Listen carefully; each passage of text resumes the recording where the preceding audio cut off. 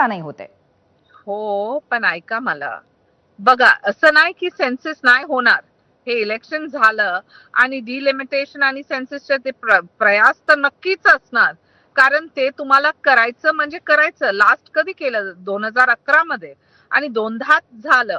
तर असं नाही. परंतु आमची जी मांग आहे आणि देशाची महिलांची मांग काय आहे, की आम्हाला तुम्ही संधी द्या. जिथे तुम्ही पंचायतला बघितलं तिथे 14 लाख महिला सशक्त आहे आणि तिथे पंचपती आणि हे सगळं इश्यूज ऑफ द पास्ट.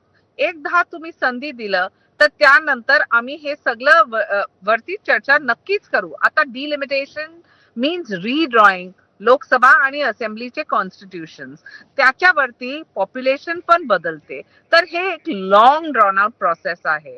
तुम्ही सेन्सस बघितलं तर 1971 मध्ये बरं शायनाजी, एक 42nd वेगळा प्रश्न amendment विचारते होते. तुम्हाला की यापूर्वी जेव्हा नारी शक्ती विधेयक आलेलं होतं तेव्हा विरोधकांनी सुद्धा पाठिंबा दिलेला आहे ते पास करताना, परंतु उद्या जेव्हा डिलिमिटेशनच्या अनुषंगाने व्होटिंग होईल तेव्हा विरोधक तुमच्या बाजूने उभे राहतील का? किंबहुना तसं जरी नाही झालं तरी पण हे विधेयक पास होईल का तुमच्या शक्तीवर, सत्ताधाऱ्यांच्या? काय वाटतं तुम्हाला? अगदी एका शब्दात उत्तर द्या. मला काय स्पेक्युलेशन मध्ये नाही जायचं की काय होणार. आम्ही सगळे आहे दिल्लीत आणि आमचे नेता आदरणीय एकनाथजी शिंदे साहेबांनी 100 शिवसैनिक महिलांना इकडे पाठवलं.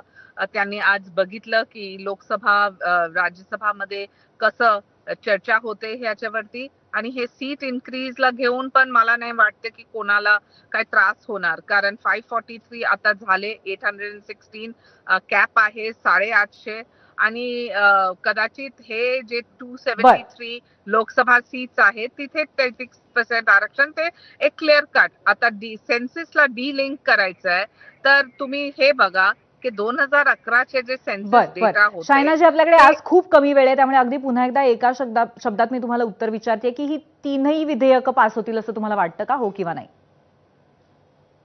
मला उम्मीद आहे की नक्कीच होईल, परंतु जे निर्णय आदरणीय अमित शहाजींनी सांगितलं आज, निर्णय नाही जे चर्चा केलं ते चर्चावरती काय ठीक आहे, तुम्हाला आशा आहे हे यातनं स्पष्ट होत आहे. हनुमानजी, तुम्हाला काय वाटतं? अगदी तुम्ही एका शब्दात उत्तर द्या.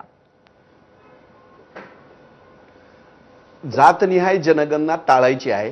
SC ST OBC महिलांची संख्या किती आहे हे माहीत नसताना महिला आरक्षण विधेयक आणायचंय.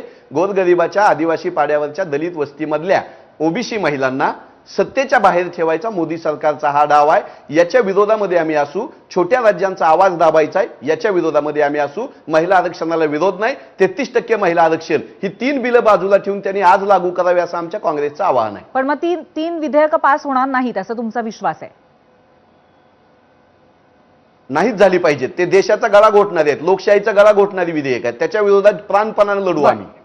ठीक आहे, ठीक आहे. धन्यवाद, तुम्ही दोघंही आज इथे आलात आणि चर्चा केली त्याबद्दल. धन्यवाद.